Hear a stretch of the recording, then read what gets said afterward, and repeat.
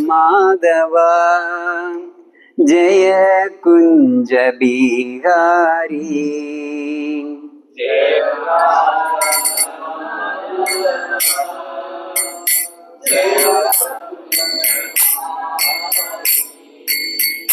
जय राधा माधव जय कुंज बिहारी।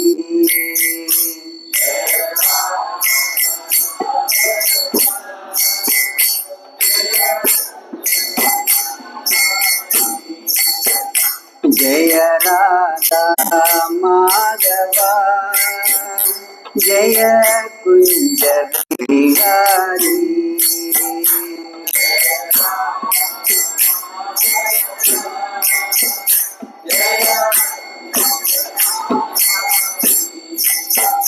जय गोपी जन वल्लभा जय गिरिवरधारी। जय गिरिवरधारी।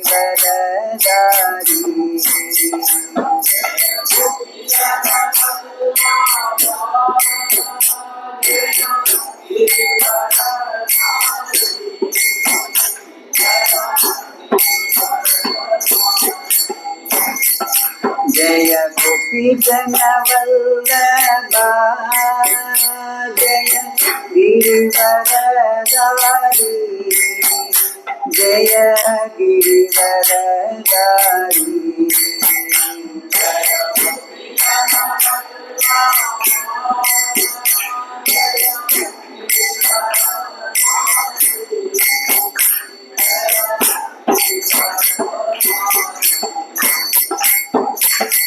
यशोदनंदन व्रज जनरंजन।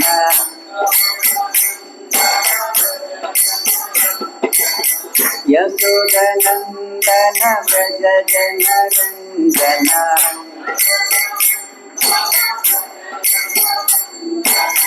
यमुनतीरावनचारी।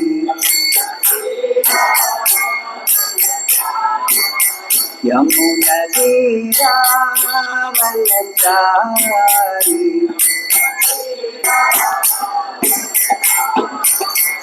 जय राधा माधव जय कुंज बिहारी।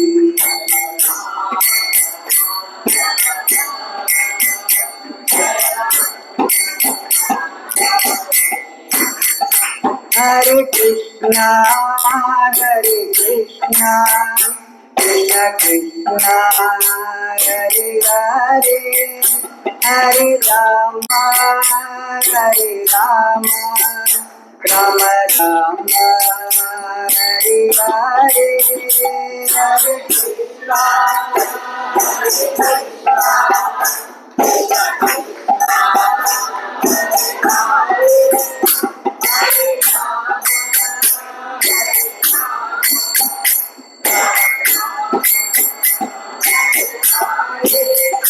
हरे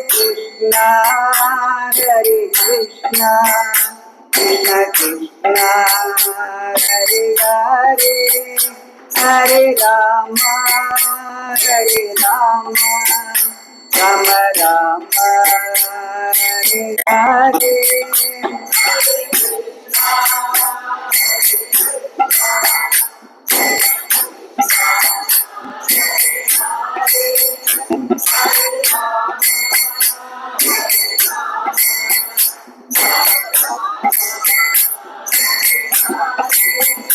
हरे कृष्णा कृष्ण कृष्ण हरे हरे। हरे Ram Ram Ram Hare Hare.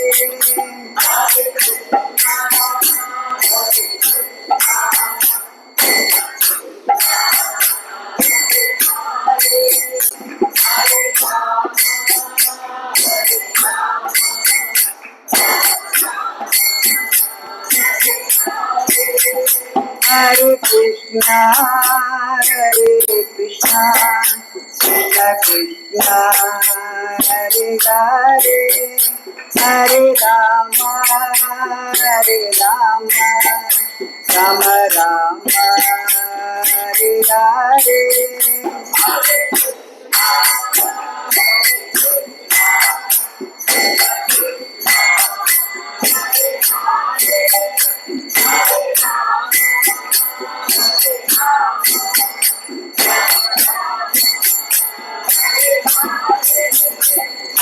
Krishna Krishna Krishna Hare Hare Hare Rama Rama Rama Hare Hare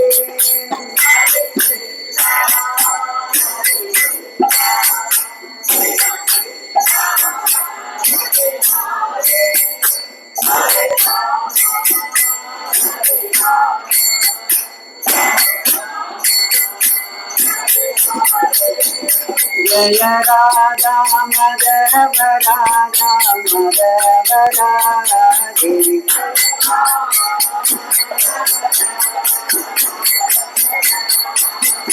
Jaya Radha Jamadindara Jamadindara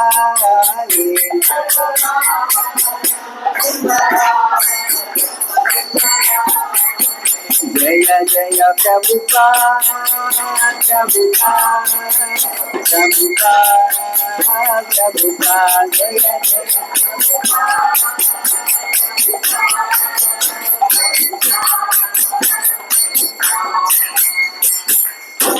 हरिनाम संकीर्तन यज्ञ की श्री श्री राधा माधव की श्रीमद् भगवद गीता की श्रील प्रभुपाद की जय गौर प्रेमानंदी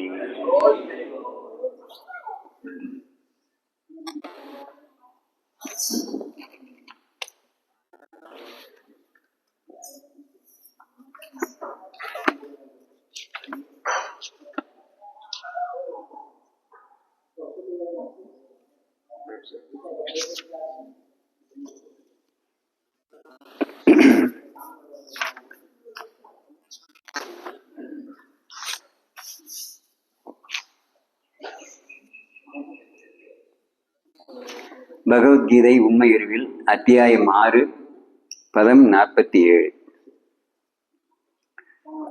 இந்த ஸ்லோகம் படிக்கிறேன், நீங்க எல்லாரும் திருப்பி சொல்லுங்க. யோகினாம் அபி சர்வேஷாம் மத்கதே அந்தராத்மனாம் ஸ்ரத்தாவான் பஜதே யோமாம் சமே யுக்த தமோமத யோகினாமபி சர்வேஷாம் மத்கதேனாந்தராத்மனாம் ஸ்ரத்தாவான் பஜதே யோமாம் சமே யுக்த தமோமத யோகினாமபி சர்வேஷாம் மத்கதேனாந்தராத்மனாம் ஸ்ரத்தாவான் பஜதே யோமாம் சமே யுக்த தமோமத. மொழிபெயர்ப்பு மற்றும் பொருளுரை அபய் சரணாரவிந்த் பக்தி வேதாந்த சுவாமி ஸ்ரீல பிரபுபாதுக்கு ஜெய். மேலும் எல்லா யோகிகளுக்கு மத்தியில் எவன் ஒருவன் பெரும் நம்பிக்கையுடன் எப்போதும் என்னை நினைத்து தன்னுள் என்ன எண்ணி எனக்கு திவ்யமான அன்பு தொண்டு புரிகின்றானோ அவனே யோகத்தில் என்னுடன் மிகவும் நெருங்கியவனும் எல்லாரையும் விட உயர்ந்தவனும் ஆவான். இதுவே என் அபிப்பிராயம். பொருளுரை. பஜதே என்னும் சொல் இங்கு மிகவும் முக்கியமானதாகும். பஜதே என்னும் சொல்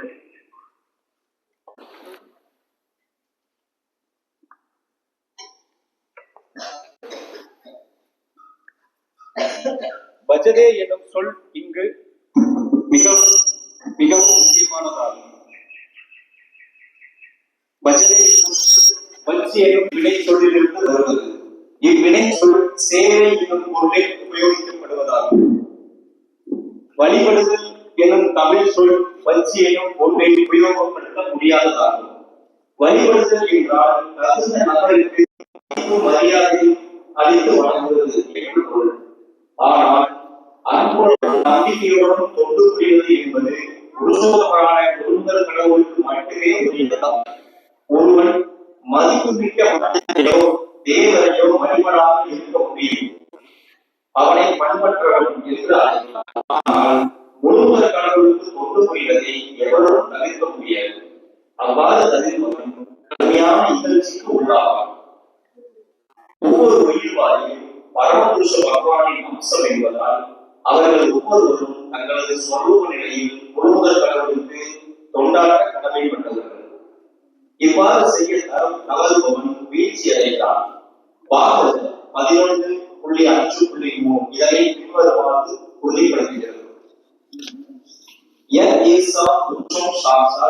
ஆத்ம பிரபோ ஈஸ்வரம் ந வஜயதி யவாந்தி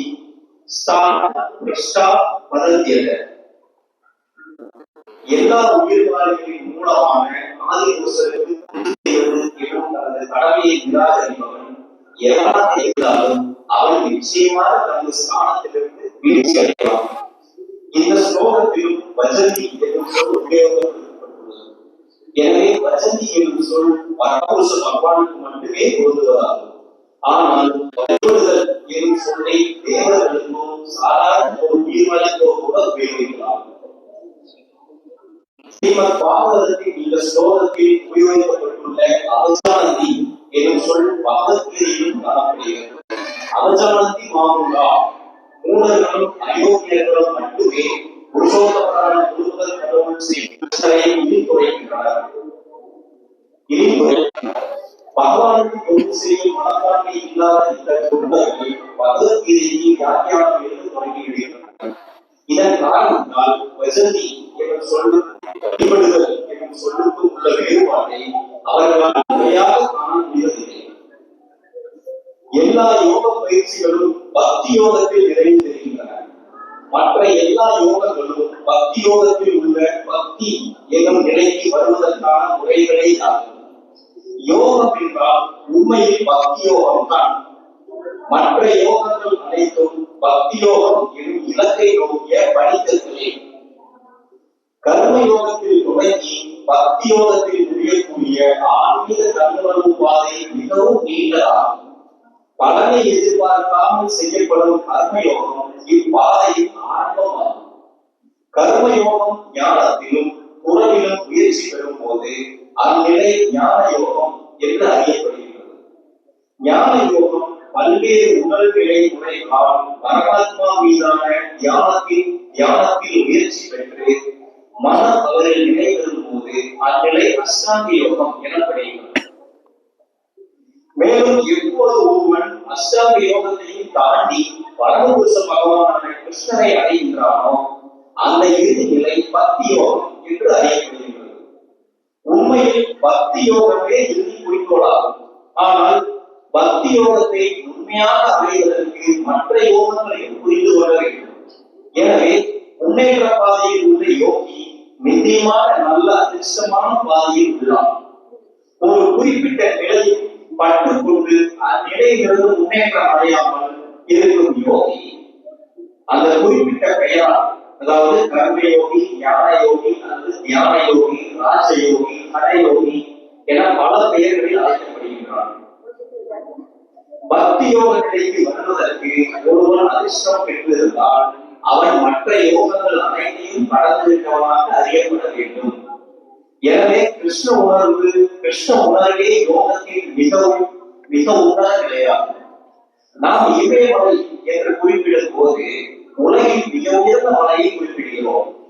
அதில் மிக உயர்ந்த சிகரமான எவரெஸ்ட் இறுதியாக கருதப்படுவது போல யோகங்களில் உயர்ந்தது பக்தி யோகம். பக்தி யோகத்தின் பாதையில் கிருஷ்ண உணர்விற்கு வருவதற்கு ஒருவன் மிகவும் நல்ல அதிர்ஷ்டம் செய்திருக்க வேண்டும். இந்த பக்தி யோகத்தின் மூலம் வேதங்களின் வழிகாட்டுதலின் அடிப்படையில் அவன் நன்றாக நிலை பெற்று வாழ முடியும். ஒரு சீர்மிகு யோகி சியாம சுந்தரர் என்று அழைக்கப்படும் கிருஷ்ணரின் மீது தனது கவனத்தை ஒருமுகப்படுத்த வேண்டும். அவர் தனது அழகிய மேகவர்ண திருமேனியுடனும் சூரியனை போன்று பிரகாசிக்கும் தாமரை முகத்துடனும் ஆபரணங்களுடனும் பிரகாசிக்கும் உடைகளுடனும் பூமாலைகளால் அலங்கரிக்கப்பட்டும் காட்சியளிக்கின்றார். பிரம்மஜோதி என்று அழைக்கப்படும் தனது பிரம்மாண்ட தேஜஸின் மூலம் அவர் எல்லா திசைகளையும் பிரகாசப்படுத்துகிறார். அவர் ராமர், நரசிம்மர், வராகர், பரமபுருஷ பகவான கிருஷ்ணர் முதலிய பல்வேறு ரூபங்களில் அவதரிக்கின்றார். அவர் சாதாரண மனிதனைப் போல அன்னை யசோதையின் மைந்தனாக தோன்றுகிறார். மேலும் கிருஷ்ணர், கோவிந்தர், வாசுதேவர் என பல்வேறு பெயர்களால் அறியப்படுகிறார். அவரே பக்குவமான குழந்தை, கணவர், நண்பர் மற்றும் எஜமானர்.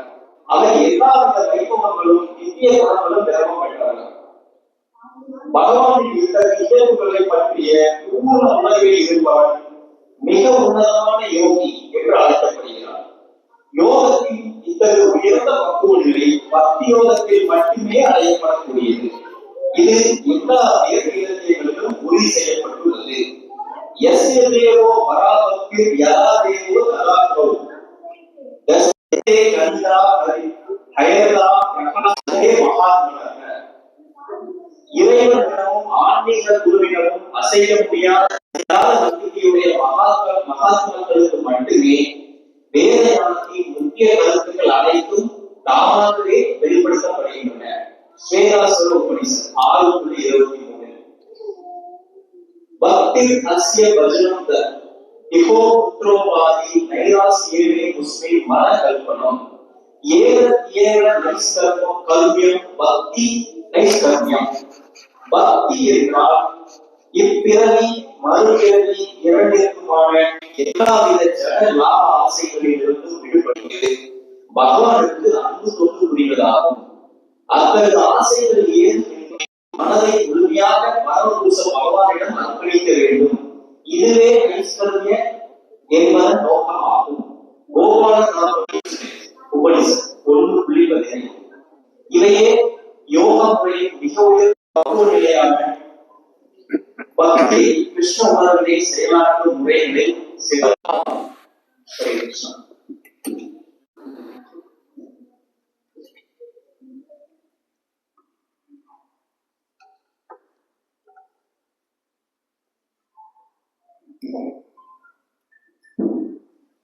हरे कृष्णा। ओम अज्ञानतिमिरान्धस्य ज्ञानाञ्जनशलाकया चक्षुरुन्मिलितं येन तस्मै श्रीगुरवे नमः। नमो ओं विष्णुपादाय कृष्णप्रस्थाय भूतले श्रीमते भक्तिवेदान्त स्वामिनिधि नामिने। नमस्ते सरस्वती देवे गौरवाणी प्रचारिणे निर्विशेष शून्यवादी पाश्चात्यदेशधारिणे। जय श्री कृष्ण चैतन्य प्रभु नित्यानंद श्री अद्वैत गदाधर श्रीवासादि गौर भक्त वृंदा। हरे कृष्णा कृष्ण कृष्णा हरे हरे हरे राम राम राम हरे हरे। हरे कृष्णा। பக்தர்களுக்கு எல்லாருக்குமே இன்றைய சர்வதேச யோகா தினம் அதனுடைய வாழ்த்துக்கள். ஆக்சுவலாக பார்த்தீங்கன்னா இந்த சர்வதேச யோகா தினம் அப்படிங்கிறது 2014 ஆண்டு ஐக்கிய நாடுகள் சபையில் அவங்க இதை டிக்ளேர் பண்ணுறாங்க. இன்றைக்கு ஜூன் மாதம் 21 இப்போது 2014 வருஷம் ஐக்கிய நாடுகள் சபையில் இதைய சர்வதேச யோகா தினமாக இதை கொண்டாடுறாங்க. அப்போ அதனுடைய நோக்கம் என்ன அப்படின்னு பார்த்தீங்கன்னா, மக்களுக்கு எல்லாருக்குமே இந்த யோகத்தினுடைய ஒரு புரிதல், அதை பற்றிய ஒரு விழிப்புணர்வு மக்களுக்கு வரணும், மக்களிடையே அதை ஏற்படுத்தணும், அதை பற்றிய ஒரு கருத்துக்களை மக்களிடையே பிரச்சாரமாக கொண்டு போகணும் அப்படிங்கிறது தான் அதனுடைய நோக்கமாக இருந்தது. அப்போ இன்றைக்கு பார்த்தீங்கன்னா 2014 இன்னைக்கு 12 வருஷம் ஆச்சு. ஆனால் இந்த யோகா அப்படிங்கிறதுனுடைய மக்கள்கிட்ட எந்த அளவுக்கு போய் சேர்ந்துருக்கு அப்படின்னு பார்க்கும்போது அது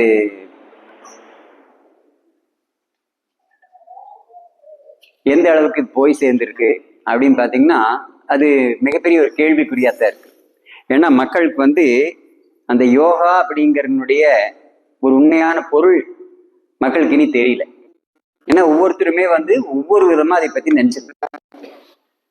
ஏன்னா சாஸ்திரங்கள் உண்மையாவே யோகா அப்படின்னு என்ன சொல்லியிருக்குன்னா, சம்ஸ்கிருதத்தில் வந்து யுஜ் அப்படிங்கிற ஒரு வேர்டு இருக்கு.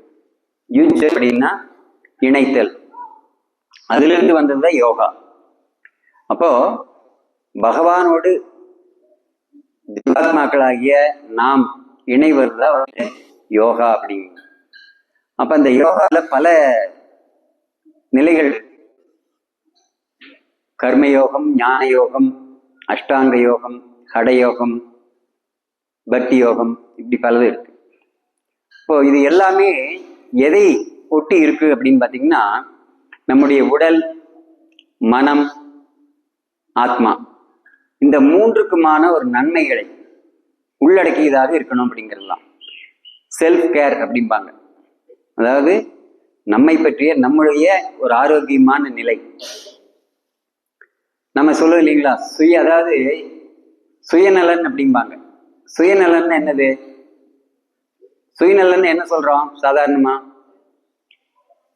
அதாவது அவங்கவுங்களுக்கே அவங்கவுங்க இதை செஞ்சுக்கிட்டாங்க அப்படின்னா சுயநலன் அப்படின்னு சொல்றோம்.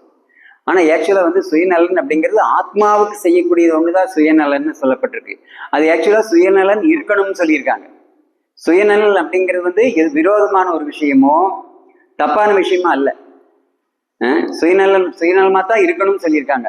அப்ப அந்த சுயநலன் அப்படிங்கிறது எப்படி இருக்கணும் அப்படின்னா, ஆத்மா, உடல், மனம், இந்த மூன்றினுடைய நலத்தையும் உள்ளடக்கியதா இருக்கணும். ஏன்னா ஒவ்வொருத்தருமே இந்த அவங்களுடைய சுயநலனை, ஆத்மாவினுடைய நலனை அவங்க பராமரிச்சுட்டு வந்துட்டாங்க அப்படின்னா உலகத்துல பிரச்சனையே இல்லை. அடுத்தவங்க வந்து நமக்கு ஒன்று செய்யணுங்கிற ஒரு விஷயம் எதுவும் இல்லை. அந்த மாதிரியான பிரச்சனையே வராது. எல்லாமே ஒரு அவங்கவுங்களுக்கான ஒரு சுய திருப்தியோட வாழ்வாங்க. அப்போ அதை பற்றின ஒரு புரிதல் இல்லாதனால்தான் மக்கள் வந்து இன்றைக்கு வந்து ஏதோ யோகா செஞ்சா நமக்கு வந்து எல்லாமே நடந்துரும், வாழ்க்கை நல்லா இருக்கும் அப்படிங்கிறதுல போறாங்க. ஆனா யோகா அப்படிங்கிறது வந்து இங்க என்ன சொல்லியிருக்கு, கிருஷ்ணா ரொம்ப தெளிவா சொல்றார். அதாவது பகவானையே நினைச்சிட்டு இருக்கிறவன் தான் உண்மையான யோகி அப்படின்னு சொல்றார். யோகிகளிலேயே உயர்ந்தவன், மிகச்சிறந்தவன் அப்படிங்கிறார். எல்லா யோகிகளுக்கு மத்தியில் எவன் ஒருவன் பெரும் நம்பிக்கையுடனும் எப்போதும் என்னில் திளைத்து தன்னுள் என்னை எண்ணி எனக்கு திவ்யமான அன்பு தொண்டு புரிகின்றானோ அவனே யோகத்தில் என்னுடன் மிகவும் நெருங்கியவனும் எல்லாவற்றையும் விட உயர்ந்தவனும் ஆவான் அப்படின்னு சொல்லியிருக்கு. பிரபுபாதா பொருளுரையிலும் சொல்லியிருக்கார். யோகா அப்படின்னு பார்க்கும்போது கர்மயோகம், ஞான யோகம், இந்த மாதிரி பல நிலைகள் இருந்தாலும் இதுல வந்து ஒவ்வொருத்தருமே ஒவ்வொரு நிலையில இருக்கிறாங்க. எல்லாருக்குமே பக்தி யோகத்துக்கு வந்துட முடியாது. ஆனா இந்த கர்மயோகம், ஞான யோகம், அஷ்டாங்க யோகம், இது எல்லாமே வந்து பக்தி யோகத்துக்கு வர்றதுக்கான ஒரு பாதை அப்படின்னு சொல்லப்பட்டாலும் நேரடியாக பக்தி யோகத்துக்கு வர்றதுக்கு முடியும். நாம் இப்படித்தான் வரணுங்கிற அவசியம் இல்லை. அதாவது ஒரு மாடி கட்டடம் இருக்கு, அதுல பல படிகள் இருக்கு மேல போய் சேர்றதுக்கு. அதே சமயம் படிகள் ஏறி போறது கஷ்டம் அப்படின்னா அதுக்கு லிப்டும் வச்சிருக்காங்க. லிப்ட்ல போனா சிரமம் இல்லாம போயிடலாம். அதே மாதிரி நம்ம இந்த மாதிரி கர்மயோகம், ஞான யோகம், அஷ்டாங்க யோகம் இப்படி போகும்போது அது சிரமமா இருக்கு, அது மிகவும் தாமதமாகவும் இருக்கு, வெற்றி கிடைக்குமா அப்படிங்கிற ஒரு நிச்சயம் இல்லாத நிலையும் இருக்கு. ஆனா பக்தி யோகம் அப்படிங்கிறது லிப்ட்ல போறாங்க. அப்ப பிரபுபாதா இங்க என்ன சொல்றாரு, பக்தி யோகம் அப்படிங்கிறது வந்து நம்ம, அதாவது இது ஒரு தொண்டு, பக்தி தொண்டு அப்படின்னு சொல்லியிருக்காங்க. யோகம் அப்படிங்கிறது ஏதோ ஒரு விதத்துல பகவானோடு இணைக்கணும் அப்படிங்கிறது. ஏன்னா மமைவாம்ச ஜீவலோகே ஜீவபூத சனாதன அப்படின்னு சொல்லி கிருஷ்ணா சொல்லியிருக்காரு. இந்த ஒவ்வொரு ஜீவாத்மாக்களுமே என்னுடைய பின்ன பகுதிகள். அந்த என்னுடைய பின்ன பகுதிகள் அப்படிங்கும்போது அந்த பின்ன பகுதிக்கும் முழுமைக்கும் ஒரு சம்பந்தம் இருக்கு. அப்ப அந்த சம்பந்தத்தை ஏற்படுத்துவதற்கான பல நிலைகள் தான் வந்து இந்த யோகா அப்படின்னு சொல்றாங்க. ஆனா வெளியே நம்ம யாரையும் குற்றம் சொல்றதில்லை. ஆனா நடக்கக்கூடிய விஷயங்கள் பார்த்தீங்கன்னா உண்மையிலேயே யோகா அப்படிங்கிறது வெறும் உடற்பயிற்சி அப்படிங்கிற மாதிரி ஆயிப்போச்சு. பகவானுக்கோ ஆத்மாவுக்கோ எந்த விதத்திலையும் சம்பந்தம் இல்லாத ஒரு விஷயத்தை யோகா அப்படின்னு சொல்லி சொல்றாங்க. அது நம்மை முட்டாளாக்குற வேலை. சாஸ்திரங்களை தெளிவா சொல்லியிருக்கு. கிருஷ்ணா இங்க தெளிவா சொல்றாரு, யோகங்கள் பலது இருக்கு, ஆனாலும் பக்தி யோகி தான் எனக்கு ரொம்ப பிடித்தமானவன் அப்படிங்கிறார். ஏன் அப்படின்னா மற்றது எல்லாமே வந்து பகவானிலிருந்து தள்ளிதான் இருக்கு. பக்தி யோகம் மட்டும்தான் பகவானோடு சம்பந்தப்பட்டு நெருங்கிற சம்பந்தத்தில் இருக்கு. மற்றது எல்லாமே ஆண்டிவே ஒவ்வொரு நிலையில் இருக்கு. அப்போ இந்த பல நிலைகளை கொண்ட இந்த யோகம் அப்படிங்கிறத வந்து கிருஷ்ணா கடைசியில பகவத்கீதை சொல்லி முடிச்சதுக்கு பின்னாடி, அர்ஜுனனுக்கு உபதேசம் பண்ணி முடிச்சதுக்கு பின்னாடி என்ன சொல்றாரு? சர்வ தர்மான் பரித்யஜ மாமேகம் சரணம் ரஜ அகம் துவாம் சர்வ பாப்பேபியோ மோக்ஷயிஷ்யாமி மாசுசகாங்கிறார். அதாவது சர்வ தர்மான், நீ என்னெல்லாம் தர்மம் நினைக்கிறியோ அப்படின்னு எதை சொல்றாரு? அவர் எதை சொல்லியிருக்காரு? கிருஷ்ணாவே எதை சொல்லியிருக்காரு? கர்மயோகம், ஞான யோகம், இதை பத்தி எல்லாம் சொல்லியிருக்காரு. அவரே கிருஷ்ணாவே மறுபடியும் கடைசியில் என்ன சொல்றாரு? நான் எதெல்லாம் தர்மம் சொன்னா அதையெல்லாம் விட்டுரு, சர்வ தர்மான் பரித்தேஜ, எல்லா தர்மத்தையும் விட்டுரு, ஒரே ஒரு தர்மம் உனக்கு, என்னை சரணடை அப்படிங்கிறாரு. சர்வ தர்மான் பரித்தேஜ மாம் ஏகம் சரணம் ரஜ, என்னை மட்டுமே சரணடை. ஏன் என்னை மட்டுமே சரணடைங்கிறாரு?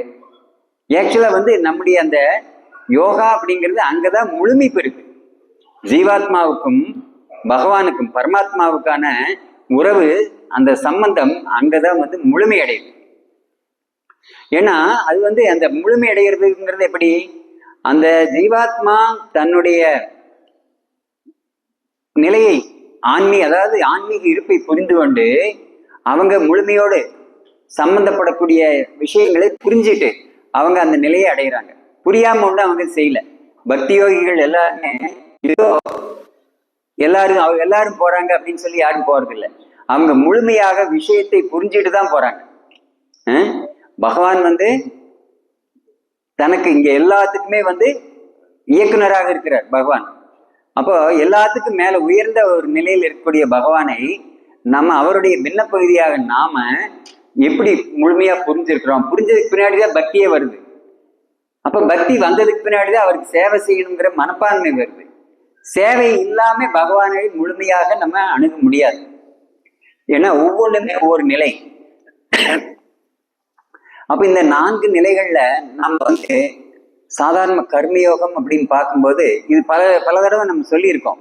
இருந்தாலுமே மக்களுக்கு புரியணுங்கிறதுக்காக வேண்டியது நம்ம மீண்டும் மீண்டும் இதை சொல்றதுக்கான காரணம், சடங்குகளை அதன் மூலியமாக வரக்கூடிய பலன்களை எடுத்துக்கிறது அப்படிங்கிறது வந்து கர்மயோகம்னு சொல்லப்படுது. ஆனா கிருஷ்ணாவே அதை வேண்டாங்கிறாரு. இங்கேயும் சொல்றாரு, இந்த பஜதே அப்படிங்கிற வார்த்தைக்கு இங்க பிரபுபாதர் பொருள் சொல்லும் போது என்ன சொல்றாரு? பஜதேங்கிறது வந்து பகவானுக்கு மட்டுமான வார்த்தை. அதுக்கு வந்து பகவானுக்கு தொண்டு செய்தல் அப்படிங்கிற தொண்டு அப்படிங்கிறது வந்து யாருக்கு பொருந்தும் அப்படின்னா பகவானுக்கு மட்டும்தான் பொருந்தும் அப்படின்னு சொல்லியிருக்காங்க. மற்றவர்கள் வந்து பகவான் அப்படிங்கிறதே மற்றவங்களுக்கு பொருந்தாது. பகவான் அப்படிங்கிறதே பகவானுக்கு கிருஷ்ணாவுக்கு மட்டும்தான் பொருந்தக்கூடியது. ஏன்னா இது பராசர முனிவர் அவர் வந்து தெளிவா சொல்லியிருக்கார். பராசர முனிவர் வந்து பகவான் அப்படிங்கிறதுக்கான அர்த்தம் என்ன சொல்லியிருக்காருன்னா பகவான். பக அப்படின்னா 6 ஐஸ்வர்யங்களை வான் முழுமையாக உடையவர். 6 ஐஸ்வர்யங்களை முழுமையாக உடையவர் பகவான். அந்த பகவான் யாரு? கிருஷ்ணஸ்து பகவான் ஸ்வயம். கிருஷ்ணஸ்து பகவான் ஸ்வயம். கிருஷ்ணரை தவிர வேற பகவான் இல்லை. அப்போ இவ்வளவு சாஸ்திரங்கள் தெளிவா சொல்லியிருக்கு. அப்ப இந்த யோகாவினுடைய உண்மையான அர்த்தம் என்னது? நாம் கிருஷ்ணரை அடைவது அப்படிங்கிறத யோகாவினுடைய முழுமையான நிலை. நாம வந்து ஏதேதோ பேர்ல ஒரு உடற்பயிற்சிகளை செஞ்சுட்டு அது வந்து எதுக்காக செய்யறோம்னு நமக்குன்னு தெரியாது.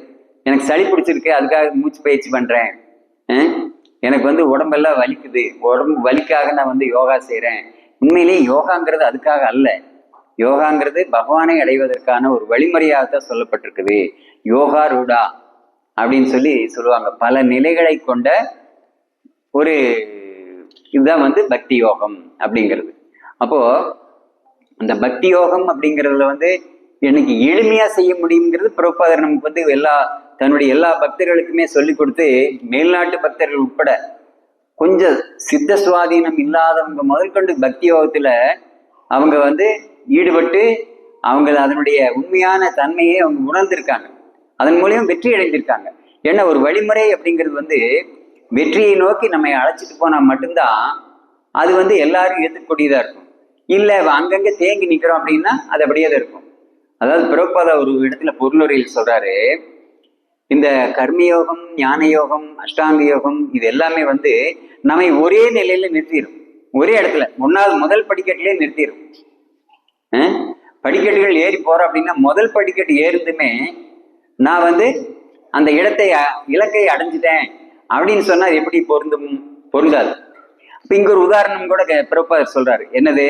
இமயமலை பத்தின ஒரு உதாரணம் சொல்றாரு. இமயமலை அப்படிங்கிறது மிக உயரமான ஒரு இடத்துல இருக்கு. அங்க பல மலைகள் இருக்கு. அப்ப ஹிமாலயாஸ் அப்படின்னு சொல்லுவாங்க. அப்ப மிக உயரமான மலை அப்படிங்கிறது இமயமலை. அதுல எவரெஸ்ட்னு இருக்கு. இமயமலைகள்லயே உயரமானது எவரெஸ்ட். எவரெஸ்ட் சிகரம் தான் இன்னைக்கு இருக்கு இல்லையா உயரம். அப்போ எவரெஸ்ட் சிகரத்தை அடைஞ்சா மட்டும்தான் நான் எவரெஸ்டை அடைஞ்சிட்டேன் அப்படி. இமயமலை அது பார்த்ததுனாலயோ அதுல ஏற ஆரம்பிச்சதுனாலயோ நான் சிகரத்தை அடைஞ்சிட்டேன் அப்படின்னு ஒருத்தர் சொல்ல முடியாது. அதே மாதிரிதான் ஒவ்வொரு ஆத்மாவுமே தனக்கு தெரிஞ்ச மாதிரி ஒரு யோகாங்கிற ஒண்ணு பண்ணாம இங்க சொல்லி இருக்கிற பக்தி யோகம்ங்கிற ஒண்ணு எடுத்துக்கிட்டா மட்டும்தான் அவங்க அந்த சிகரத்தை அடைய முடியும். அங்க சிகரம்னு எதை சொல்லியிருக்காங்க? கிருஷ்ண பக்தி தான் சொல்லியிருக்காங்க. மற்றது எல்லாமே ஒரு பல மலைகள் இருக்கு. இமயமலைன்னா பல மலைகள் இருக்கு. அந்த மாதிரிதான் ஏதோ ஒரு நிலையில அவங்க இருப்பாங்களே ஒழிய அவங்க எவரெஸ்ட் சிகரத்தை அடைஞ்சதாக அர்த்தம் இல்லை. அப்போ உயர்ந்த நிலை அப்படிங்கிறது அதுதான். கிருஷ்ண பக்தி அப்படிங்கிறது மிக உயர்ந்த ஒரு நிலையாக சொல்லப்படுது. இதை நம்ம நம்முடைய சொந்த தோணல்லையோ சொந்த கருத்துக்கள்லையோ சொல்றது அல்ல. இது எல்லாத்துக்குமே சாஸ்திரம் தான் பரிமாணம். அப்போ அந்த சாஸ்திர பிரமாணம் இல்லாம நாம் எதுவும் இங்க இஸ்கான்ல யாரும் பேசுறது இல்லை. காரணம் என்னன்னா இங்க சொல்லி கொடுக்கக்கூடிய விஷயங்கள் அனைத்துமே நமக்கு ஒரு உண்மையான ஞானத்தை நமக்கு கொடுக்குது. அதன் மூலம் அதோடு நம்ம பயிற்சியும் செய்யும் போது நமக்கு வாழ்க்கையில் இலக்கை அடைய முடியும். அதாவது வெற்றி, அந்த ஆன்மீக வாழ்க்கையில வெற்றி அப்படிங்கிறது எப்படி எளிமையாக நம்ம அடைய முடியும் அப்படிங்கிறது நாம் செய்யக்கூடிய பயிற்சிகளே சாட்சி. நம்முடைய பயிற்சிகள் இல்லாமல் எது இல்லை, வெறும் தத்துவங்கள் பிரயோஜனப்படுறது இல்லை. அப்போ அந்த யோகா அப்படி இருக்கு அப்படின்னா அந்த பக்தி யோகாவுக்கு சில வழிமுறைகளை சொல்லியிருக்காங்க. அந்த பக்தி யோகாவுக்கு சில வழிமுறைகள், பொதுவான வழிமுறைகள். யோகா அப்படிங்கிறது கர்மயோகம், ஞான யோகம், அஷ்டாங்க யோகம், கடயோகம், பக்தி யோகம் சொல்றோம். ஆனா அந்த பக்தி யோகத்துக்கு வந்தாச்சு அப்படின்னா அதை எப்படி கடைபிடிப்பது? இப்ப வெறுமனே நான் மூச்சு பயிற்சி பண்றேன், இல்ல ஆசனம் நல்ல விதமா போட்டு உட்கார்ந்துட்டு இருக்கிறேன் ஒரு உயர்ந்த இடத்துல. கிருஷ்ணா 6வது அத்தியாயத்தில் சொல்றாரு, முந்தின ஸ்லோகங்கள்ல என்ன சொல்றாரு?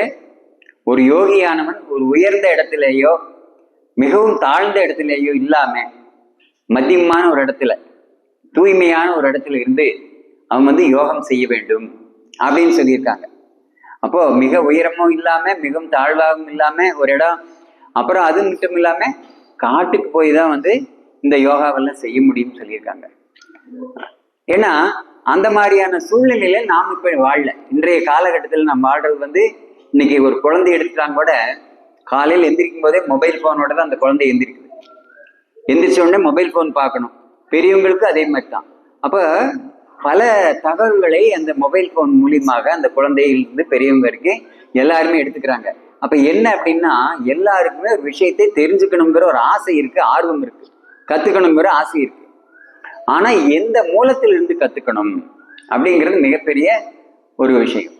அப்ப யார்கிட்ட இருந்து கத்துக்கணும் அப்படிங்கிறது அதை நம்ம புரிஞ்சுக்கணும். ஏன்னா எதுக்குமே பிரமாணம் அப்படின்னு பார்க்கும்போது ஒரு விஷயத்தை தெரிஞ்சுக்கணும் அப்படின்னா பிரத்யக்ஷம் அப்படிங்கிறது கண் மூலியமாக, புலன்கள் மூலியமாக நம்ம பார்த்து தெரிஞ்சுக்கிறது அப்படிங்கிறது ஒண்ணு இருக்கு. அப்புறம் அனுமானம்னு ஒண்ணு இருக்கு. அனுமானம்னா யூகிக்கிறது. 3வது சப்தம். இந்த 3 வழிமுறைகள் தான் நம்ம ஒரு விஷயத்தை தெரிஞ்சுக்கிறதுக்கான ஒரு மூலமாக வழிமுறையாக சொல்லப்படுது. பிரத்யக்ஷம், அனுமானம், சப்தம். பிரத்யக்ஷம் அப்படின்னா நாம நம்முடைய புலன்கள் மூலியமாக ஒரு விஷயத்தை தெரிஞ்சுக்கிறது, உணர்ந்துக்கிறது.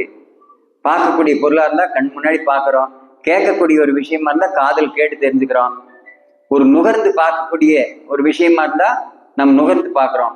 இப்படி எல்லாமே இருந்தாலும், இது புலன்கள் மூலியமாக இருந்தாலும், புலன்களே சில சமயத்துக்கு நமக்கு தவறாய் காமிச்சிடும். ஏன்னா நம்முடைய புலன்கள் எல்லாமே குறைபாடுடைய புலன்கள் அப்படின்னு சொல்லியிருக்காங்க. குறைபாடுடைய புலன்களா இருக்கிறதுனால அதன் மூலியமாக நம்ம உணரக்கூடிய விஷயங்கள் முழுமையாக இருக்கும் அப்படிங்கிறதுக்கு எந்த கேரண்டியும் இல்லை. அப்ப அதனால நம்முடைய புலன்கள் குறைபாடு உள்ளது அப்படிங்கிறதுனால அது மூலியமா தெரிஞ்சுக்கூடிய விஷயங்களுமே குறைபாடு இருக்கும். அது பிரத்யக்ஷம் அப்படிங்கிறோம். அதே மாதிரி அனுமானம். அனுமானம் அப்படின்னா நாம யூகிக்கிறது, யூகிச்சு தெரிஞ்சுக்கிறது. இங்கிருந்து பாத்தீங்கன்னா தூரத்துல வானம் கீழே இருக்கிற மாதிரி இருக்கும். அங்க போனா நம்ம அந்த வானத்தை தொட்டுடலாம் அப்படின்னு நினைப்போம். ஒரு சந்திரன் இருக்கு, சந்திரனோ சூரியனோ பாத்தீங்கன்னா ஒரு இடத்துல மறையிற மாதிரி இருக்கும்போது தூரமா அங்க நடந்து போனா அந்த சந்திரனை பிடிச்சிடலாம் அப்படின்னு தோணும். ஆனா அங்க பக்கம் போனா தான் தெரியும் அந்த மீண்டும் போயிட்டே இருக்கும். நம்ம போக போக அந்த காட்சி மீண்டும் விரிவடைஞ்சு போயிட்டே இருக்கும். அப்ப அது அனுமானம். நம்ம போய் அங்க பிடிச்சிடலாம் அப்படின்னு நினைக்கிறோம், அனுமானிக்கிறோம், ஆனா முடியாது, அந்த இடத்துல அது தவறு. அப்போ எப்படிதான் நம்ம ஒரு விஷயத்தை தெரிஞ்சுக்கிறது அப்படின்னா, மூன்றாவதாக ஒரு வழிமுறை சொல்லப்பட்டிருக்கு, சப்தம். சப்தம் அப்படின்னா என்ன அப்படின்னா, வேதங்களுடைய கருத்துக்களை செவி வழியாக நம்ம கேட்கறது. அப்போ முந்தி புஸ்தகங்களே இல்லை, சாஸ்திரங்கள் செவி வழியாக சொல்லப்பட்டு, வாய் வழியாக சொல்லப்பட்டு, செவி வழியாக கேட்கப்பட்டு, அப்படித்தான் எல்லாருக்குமே மனனம் செய்யப்பட்டது. இந்த வழிமுறை தான் இருந்தது. ஆனா காலப்போக்கில் அதற்கான ஒரு சக்தி நமக்கு குறைஞ்சிட்டே போயிருமோ. கலியுகத்துல இது பகவானுக்கே தெரியுது. கலியுகத்துல வரக்கூடிய மக்களுக்கு இது எல்லாமே தெரிஞ்சுக்கிறதுக்கு ஆக்சுவலா பாத்தீங்கன்னா புஸ்தகத்துல எழுதி வச்சிருக்காங்க. அது எப்ப வேணாலும் நம்ம எடுத்து படிச்சுக்கலாம். அந்த மாதிரி இருக்கக்கூடிய ஒரு நிலையிலேயே நாம் அதை நாடுறதில்லை. அப்ப நமக்கு படிக்கக்கூடிய கேட்கக்கூடிய ஒரு ஆர்வம் இல்லை அப்படின்னு என்ன ஆகும், நாளாக நாள் அந்த சாஸ்திரங்களே மறைஞ்சு போயிடும். அப்ப இதுக்காக வேண்டிய பகவான் என்ன பண்றாரு, அவர் தன்னை இந்த இலக்கியங்களை எழுதுவதற்காக இலக்கிய அவதாரமாக வியாச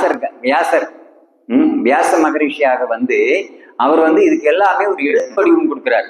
எல்லா சாஸ்திரங்களுக்கும் வேதங்களுக்கும் கொடுக்கிறார். அப்ப அந்த எழுத்து வடிவம் கிடைச்சதுக்கு பின்னாடிதான் மக்களுக்கு எல்லாருக்குமே இது போய் சேரணும் அப்படிங்கிறதுக்கான ஒரு நிச்சயமான ஒரு நிலை இருக்குது. அப்போ இந்த வேதங்கள் சாஸ்திரங்கள்னு சொல்லக்கூடிய எல்லாமே அது கரெக்டா இருக்கணும், அதை ஆராய்ச்சி பண்ணக்கூடாதுன்னு சொல்லியிருக்காங்க. அதனால சப்தம். ஏன்னா உபனிஷத்துன்னு நாம் சொல்லுவோம். உபனிஷத் அப்படின்னா அருகிலிருந்து கேட்பது. அந்த அருகிலிருந்து கேட்கக்கூடிய விஷயம்தான் ஆன்மீக சம்பந்தமான விஷயங்கள். இது எல்லாமே கேட்கறது அப்படின்னா, இப்படி கேட்டு நாம தெளிவு பெறதான் உண்மையான ஞானம். நாம வெறுமனே நம்முடைய புலன்களால யூகிச்சுக்கிறதோ, நம்முடைய புலன்களால தெரிஞ்சுக்கிறதோ யூகிச்சுக்கிறதோ இது கரெக்ட் இல்லைன்னு சொல்லியிருக்காங்க. அப்போ இங்க பகவான் சொல்லியிருக்கிற விஷயம் பக்தி யோகம் அப்படிங்கிறது நம்முடைய உடலுக்கு, ஆத்மாவுக்கு, புலன்களுக்கு எல்லாத்தையுமே ஒரு கட்டுப்படுத்தக்கூடிய, எல்லா விதமான ஒரு ஆரோக்கியத்தையும் கொடுக்கக்கூடிய ஒரு நிலையாக இருக்குது. இதே மற்றது எல்லாமே ஒரு நிலையை தாண்டி இன்னொரு இடத்துக்கு போறதில்லை. இந்த மூச்சு பயிற்சி, உடற்பயிற்சி, இந்த மாதிரியான விஷயங்கள் எல்லாமே உடலோடு நின்று போயிடும். அங்க ஆத்மாவை இது டச் பண்றதே இல்லை. ஆத்மாவையும் உள்ளடக்கினது தான் நம்ம சொல்றோம். அதாவது அந்த செல்ஃப் கேர்ங்கிறது ஆத்மாவையும் உள்ளடக்குது. ஏன்னா நாம் அப்படிங்கிறதே ஆத்மா தானே. அந்த நாம் அப்படிங்கிறப்ப ஆத்மா தான் அப்படிங்கிறப்போ ஆத்மாவை விட்டுட்டு நம்ம மற்ற விஷயங்கள் பார்க்கறதுல அர்த்தமே இல்லை. அப்போ ஆத்மா, மற்ற புலன்கள், உடல், இந்த மூன்றினுடைய நலனையும் உள்ளடக்கியதாக இருந்தா தான் அது உண்மையான யோகா அப்படின்னு சொல்லப்படுது. மற்ற யோகாக்கள் எல்லாமே என்னோட முடிஞ்சிருக்கு. சில விஷயங்கள் கொஞ்சம் அப்படி மனசு வரைக்கும் கொஞ்சம் எட்டி பார்க்கும், அவ்வளவுதான். ஆனா ஆத்மாவை டச் பண்ணக்கூடியது பக்தி யோகம் மட்டும்தான். அப்போ பக்தி யோகம் மூலியமா மட்டும்தான் நம்ம பகவானை அடைய முடியும்னு இருக்கு.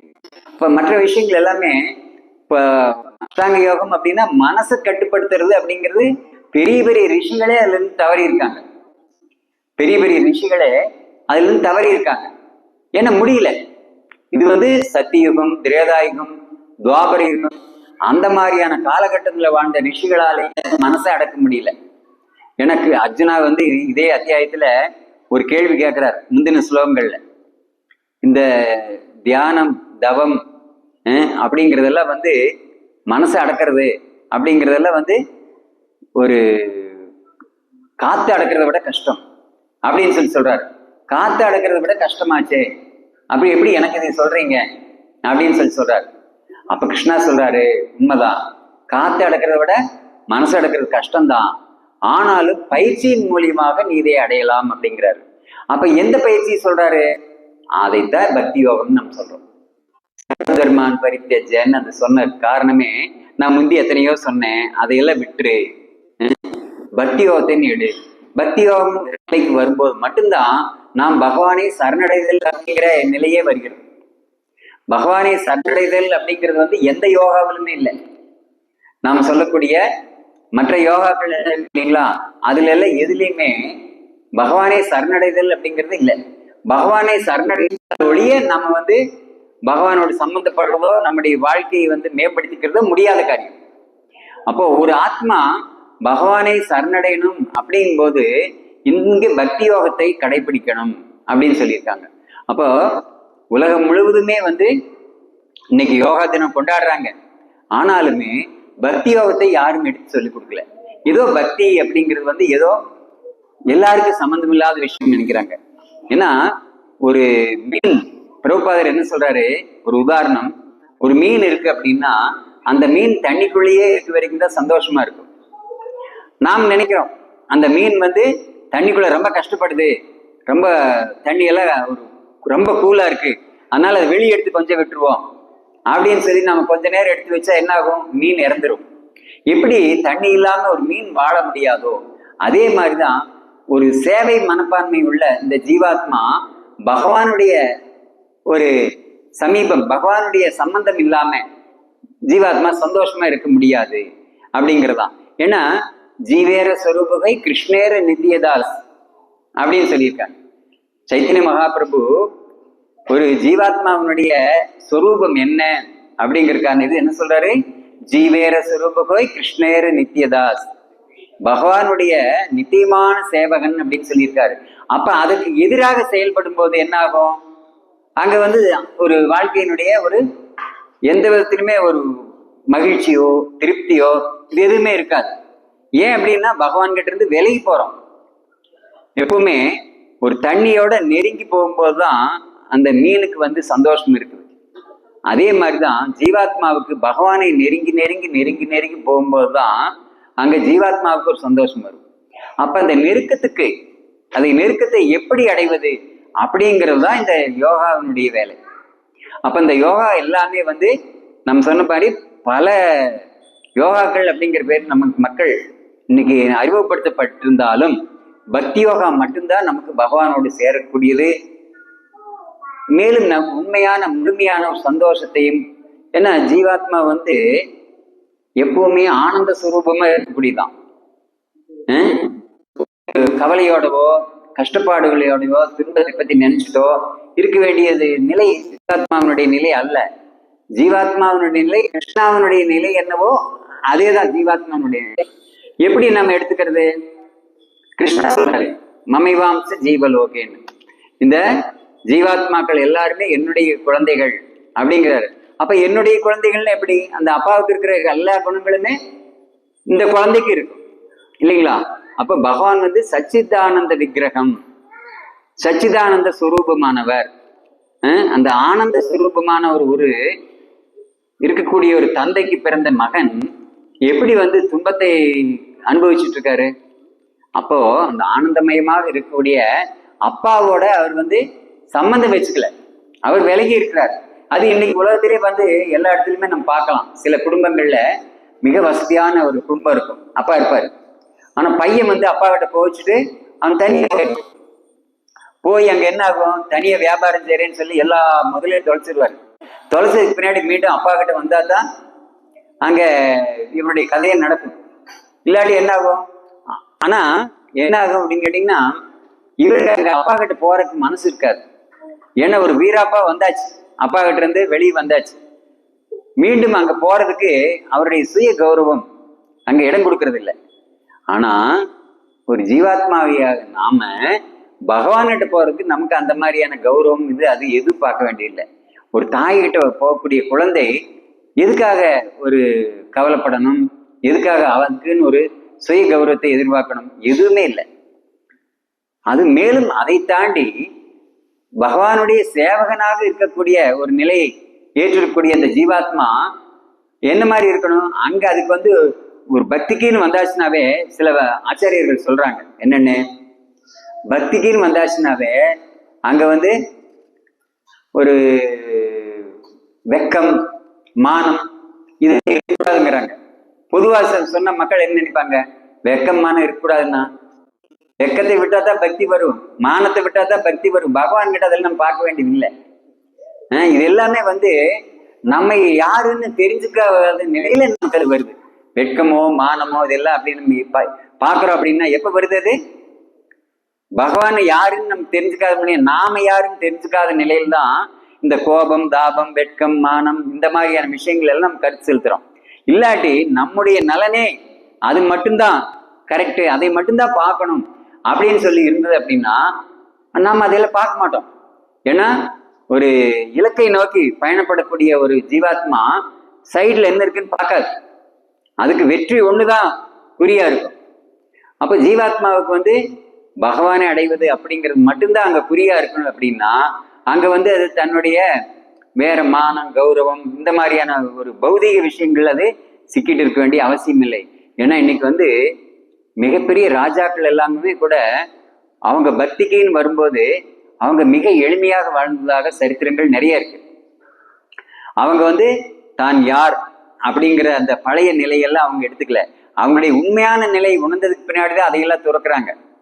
அப்ப அதுக்கு பின்னாடிதான் அவங்க பகவானை உணர்ந்து தன்னை உணர்ந்து அவங்க பக்தியில அவங்க முன்னேறி மற்றவங்களுக்கு அதை சொல்லி கொடுத்து இந்த மாதிரி போயிட்டு இருக்கு.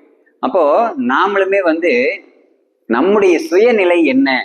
நம்முடைய சுயநிலை எது? நான் ஜீவாத்மா. அப்ப அந்த சுயநிலைக்கு தகுந்தவாறு நான் நடந்துக்கணும் அப்படின்னு பார்க்கும்போது நான் பகவானோட சம்பந்தத்தில் இருக்கணும். பகவானுடைய சம்பந்தம் இல்லாம விலைக்கு போகும்போது என்ன ஆகுது? நமக்கு இங்க எல்லா கஷ்டங்களுமே தானாக வந்துடும். இங்க அது அந்த கவலைகள் பிரச்சனைகள் இது எல்லாமே யாரும் கூட்டிட்டு விடுறதில்லை. இது எப்படி தானா வருது? ஒரு காட்டுல தானா தீ பிடிச்சுக்குது. அதே மாதிரிதான் எந்த விதமான ஒரு தூண்டுதல் இல்லாம தானா நமக்கு பிரச்சனைகள் வருது. அப்போ பகவானோட சம்பந்தம் இருக்கும்போது அங்க அந்த மாதிரியான பிரச்சனைகள் வராது. அப்ப அதனால நம்ம உண்மையான ஆக்சுவலா இஸ்கான்ல மட்டும்தான் நமக்கு அந்த சாஸ்திரத்தின்படி உண்மையான விஷயங்களை எடுத்து சொல்லி மக்களுக்கு சரியா வழி காமிச்சிட்டு இருக்காங்க. மற்றவங்களுக்கு என்ன பண்றாங்க அப்படின்னா, ஒரு சாஸ்திர ஞானம் இல்லாதனால குறைவாக இருக்கிறதுனால அப்புறம் இது இல்லாம ஒரு பௌதீக பேருக்காகவும் புகழுக்காகவும் பொருளுக்காகவும் அவங்களுக்கு தோணுதெல்லாம் சொல்லி கொடுத்து மக்களை அலைக்கழித்து திசை திருப்பி எல்லாமே போய் நம்ம இன்னைக்கு ஒரு தெளிவான நிலைக்கு ஏற்கனவே குழம்பி இருந்தோம். ஒரு தெளிவான நிலைக்கு வரலாம் அப்படின்னு பார்க்கும்போது மறுபடியும் குழப்பக்கூடிய ஒரு சூழ்நிலை இங்க இருந்துட்டு இருக்கு. ஏன்னா இன்னைக்கு வரக்கூடிய அரசியல்வாதிகள் இல்லை மற்ற ஒரு தலைவர்கள் இந்த மாதிரி யாரா இருந்தாலும் என்ன பண்றாங்க? மக்களை மேலும் மேலும் குழப்புறாங்க. மக்களுக்கு உண்மையான ஆன்மீகம் அப்படின்னா என்னன்னு சொல்லி கொடுக்க மாட்டாங்கிறாங்க. அப்போ உண்மையான ஆன்மீகம் அப்படின்னு சொல்லி கொடுத்து அவங்களுக்கு அதுல ஒரு விளக்கம் தெரிஞ்சு புரிஞ்சுட்டாங்க அப்படின்னா அவங்க பௌதிகவாதிகள் பின்னாடி போக மாட்டாங்க. அப்போ பௌதிகவாதிகள் என்ன பண்றாங்க? இந்த மக்களை தெளியாம பாத்துக்கிறாங்க. அரசியல்வாதிகள் என்ன பண்றாங்க? மக்களை அந்த இதுல இருந்து தெளியாம பாத்துக்கிறாங்க. எப்பவும் குழப்பமான நிலையிலேயே வச்சுட்டு இருக்கிறாங்க. ஆக்சுவலா இந்த மாதிரியான குழப்பமான நிலை ஏற்கனவே முதல்ல இருந்தே இருந்திருக்கு. அப்போ நாரதர் வியாசருக்கு சொல்லியிருக்காரு என்னன்னு, நீ எல்லாரையுமே குழப்பி வச்சிருக்கிற, பல வழிமுறைகளை கர்மயோகங்கிற பேர்ல சொல்லி இருக்கிற, மக்கள் அதை எல்லாமே ஒவ்வொன்றும் ஒவ்வொருத்தரும் செஞ்சுட்டு அவங்க பல குழப்பத்தில் இருக்காங்க. அதனால ஒரு தெளிவான ஒரு கருத்தை சொல்லு அப்படின்னு சொல்லும் போது அவர் ஸ்ரீமத் பாகவத்தை சொல்லியிருக்காரு இல்லைங்களா? அதே மாதிரிதான் இங்க பகவத்கீதை கேட்டதுக்கு பின்னாடி அர்ஜுனன் ஒரு தெளிவான நிலைக்கு வர்றாரு. அவர் வந்து போர் செய்ய மாட்டேன், என்னென்னமோ காரணங்கள் சொல்றாரு. இது எல்லாமே கர்மயோகம். நான் சத்திரியன், நான் வந்து துரியோதன் வந்து அவங்க எல்லாமே அண்ணன் தம்பி தானே, உறவினர்கள், ஒரு குருவினுடைய சீடன் நானு அப்படின்னு அங்க இருக்கிறவங்களுடைய எல்லாமே உடல் ரீதியான ஒரு உறவை மட்டும்தான் அவர் நினைச்சிட்டு இருந்தாரு. ஆனா கிருஷ்ணர் பகவத்கீதை உபதேசம் பண்ணதுக்கு பின்னாடிதான் நான் ஜீவாத்மா, பகவானுடைய பின்ன பகுதி, நான் பகவானுக்கு சேவகன் அப்படிங்கிற நிலையை அவர் புரிஞ்சு பகவானிடம் சரணடையும் போதுதான் அவருக்கு எல்லாமே வந்து புரிய ஆரம்பிக்குது. கிருஷ்ணா வந்து எல்லாத்தையும் சொல்லிடுறாரு. சொன்னதுக்கு பின்னாடி அவரை கேட்டு நடக்கிறாரு. கரிஷ்யே வசனம் தவ, நீங்க என்ன சொல்றீங்களோ உங்களுடைய ஆணைக்கு ஏற்ப நான் செயல்பட தயாராக இருக்கிறேன். அங்க பாத்தீங்கன்னா ஒரு கமாண்டர் மாதிரி கிருஷ்ணா கமாண்டிங் பண்ணிட்டே இருக்காரு. நீ வந்து என்னுடைய புத்திச ஒரு உபதேசத்தை நீ வந்து எடுத்துக்கல அப்படின்னா நீ வீணா போயிருவேன்னு தெளிவா சொல்றாரு. இதை கேட்கல அப்படின்னா நீ வீணா போயிருவ, அதனால இதை கேட்டு நடந்து நீ பிரயோஜனப்படுத்திக்கோ, வாழ்க்கையை பிரயோஜனப்படுத்திக்கோ அப்படின்னு சொல்றாரு. அப்போ அதெல்லாம் சொன்னதுக்கு பின்னாடிதான் அர்ஜுனனுக்கு வந்து தெரியுது எல்லாமே வந்து இது வரைக்கும் நான் பேசிட்டு இருந்த விஷயங்கள் எல்லாமே ஒரு மனக்கற்பனையிலையும் அஞ்ஞானத்திலையும் செஞ்சது. அப்ப கிருஷ்ணரை குருவாக ஏத்துக்கிட்டு அவரிடம் சரணடைஞ்சதுக்கு பின்னாடிதான் இவர் வந்து தான் யாருங்கிற இதையே முழுமையாக புரிஞ்சுட்டு தன் கூடவே இருக்கக்கூடிய கிருஷ்ணரை வந்து பரம்பொருள் அப்படிங்கிறத ரெண்டாவது தான் புரிஞ்சுக்கிறார். இப்ப அந்த மாதிரி அர்ஜுனனுக்கு ஏற்பட்ட அந்த அனுபவம், அந்த ஒரு ஞானம் நமக்குமே வந்து கிடைக்கணும் அப்படின்னா நாம வந்து இந்த சாஸ்திரங்களுடைய இதை அப்படியே நம்ம எடுத்துக்கணும். அர்ஜுனனுக்கு எப்படி வந்து அஞ்ஞானத்திலிருந்து அவர் மீண்டு வந்து பகவத்கீதை கேட்டதன் மூலியமாக ஒரு முழுமையான ஞானத்தை பெற்றாரோ அதே மாதிரி நாமளுமே வந்து பகவத்கீதை படிக்கிறது, ஹரே கிருஷ்ணா மகாமந்திரம் சொல்றது, இதன் மூலியமாக நாமும் ஒரு முழுமையான ஞானத்தை நாம பெற முடியும்னு இருக்கு. அப்போ இதுல வந்து கலியுகத்துக்கான ஒரு யோகா அப்படின்னு சொல்ல போனா மற்ற யோகாக்கள்லாம் கலியுகத்துக்கானது அல்லங்கிறது நம்ம தெளிவா தெரிஞ்சுக்கணும். ஒவ்வொரு யோகாவுமே ஒவ்வொரு சூழ்நிலைக்கு ஏற்ப செயல்படுறதுக்காக சொல்லியிருக்காங்க. ஆனா பக்தி யோகம் மட்டும்தான் எல்லா காலகட்டங்களிலே செய்ய முடியும். மற்றது எல்லாமே வந்து இதற்கு முந்தைய காலங்கள்ல வேணா செய்யலாம். எப்போ சத்தியுகம், திரேதாயுகம், துவாபர யுகம் அந்த மாதிரியான காலகட்டங்கள்ல வேணா செய்யறது எளிமையா இருக்குமே ஒழிய இன்னைக்கு இருக்கக்கூடிய சூழ்நிலைகளையும் நம்முடைய உடல் இருக்கக்கூடிய நம்ம உடல்நிலை எந்த மாதிரி இருக்கு அப்படிங்கிறது அவங்கவுங்களுக்கே தெரியும். எத்தனை பிரச்சனைகளோட நம்ம இருக்கிறோம் அப்படிங்கிறதெல்லாம். அப்ப அதற்கேற்ப நம்ம என்ன செய்ய முடியும் அப்படின்னு பாத்தீங்கன்னா இருக்குல்லையே எளிமையான ஒரு விஷயம் பக்தி யோகம். பிரபுபாதர் வந்து அமெரிக்காவில் வந்து ரொம்ப ஒரு தாழ்ந்த நிலையில் இருந்த ஒரு மக்கள் எல்லாமே வந்து ஹரே கிருஷ்ணா மகாமந்திரத்தை சொல்லி கொடுத்து ஒரு பக்தி யோகியாக மாற்றினார். பக்தி யோகி தான் வந்து உயர்ந்த யோகி அப்படின்னு சொல்லியிருக்காங்க. அப்போ அது இங்க என்ன சொல்றாரு, என்னிடம் மிக மிக மிக நெருக்கமானவன்கிறார். எல்லா யோகிகளுக்கு மத்தியில் எவனொருவன் பெரும் நம்பிக்கையுடன் எப்போதும் என்னில் நினைத்து தன்னுள் என்னை எண்ணி எனக்கு திவ்யமான அன்பு தொண்டு புரிகின்றானோ அவனே யோகத்தில் என்னுடன் மிகவும் நெருங்கியவனும் எல்லோரையும் விட உயர்ந்தவனும் ஆவான். அப்ப நாம வந்து 10ஓடு 1 11 இருக்கணுங்கிற அவசியம் இல்லை. நாம வந்து பகவானுக்கு மிகவும் பிரியமானவர்களாக நாம ஆகணும். அதுக்கான வழிமுறையும் இங்க கிருஷ்ணாவை சொல்லியிருக்காரு. ஏன்னால் நம்ம வந்து அதை கடைப்பிடித்து நாம இந்த யோகா தினம், இந்த சர்வதேச யோகா தினத்துல நம்ம ஒரு சங்கல்பம் எடுத்து நாமளுமே வந்து நானும் ஒரு யோகா பண்றேன். அது உடற்பயிற்சியே இல்லை, அதாவது மற்ற யோகா எல்லாமே வந்து ஒரு உடலை வந்து ஆரோக்கியமாக வைத்துக் கொள்வதற்கு அது உதவி புரியும். அது நம்ம இல்லைன்னு சொல்ல முடியாது. ஆனா உண்மையான யோகா அப்படிங்கிறது வந்து பகவானோடு நம்ம இணைத்தல். அதற்கான ஒரு வழிமுறையை அது காமிக்காது, அதற்கான ஒரு தீர்வை அது கொடுக்காது அப்படிங்கிறது நம்ம புரிஞ்சுக்கணும். ஏன்னா எல்லாமே ஒரு பச்சையா இருக்கு அப்படின்னு சொல்லி ஏதோ ஒரு கீரை தானே நம்ம ஏதோ ஒரு கீரை எடுத்து போட்டு சாப்பிட்டுருவோமா? இல்லை. நமக்கு உண்மையாவே வந்து எது நம்முடைய உடலுக்கு நலன் கொடுக்கக்கூடியது அப்படின்னு பார்த்து நம்ம அடிக்கொருக்க வாங்கிருப்போம். சுக்கிட்டு கீரைன்னா இந்த மாதிரி இருக்கும், அகத்திக்கீரைன்னா இந்த மாதிரி இருக்கும், அதை பத்தின விஷயங்கள் நம்ம தெரிஞ்சிருக்கோம். ஆனா நமக்கு எப்பவுமே பல ஜென்மங்களா நம்ம இந்த பிறவி எடுத்துட்டே இருக்கோம். இந்த பிறவிகளை ஸ்டாப் பண்றதுக்கு அதுக்கான ஒரு மருந்தா இது இருக்கு. அந்த மருந்து என்ன இருக்கு? ஏதோ ஒரு இலை கொடுத்தா சாப்பிட்டுருவோமா? நாம சாப்பிட மாட்டோம். அதே மாதிரிதான் பகவானோடு நம்ம சம்பந்தப்படுவதற்கான ஒரே யோகம் பக்தி யோகம் அப்படிங்கிறத நம்ம புரிஞ்சுட்டு அதற்கான வழிமுறையை நாம ஏத்துக்கணும். ஹரே கிருஷ்ணா. இதுல யாராச்சும் கேள்விகள் சந்தேகங்கள் ஏதாச்சும் இருக்குங்களா? ஏன்னா இந்த டாபிக் அந்த மாதிரி நிறைய சந்தேகங்கள் இருக்கும். ஆனா கேள்விகள் கேட்கறதுக்கு என்ன தயக்கமா இருக்கீங்களா?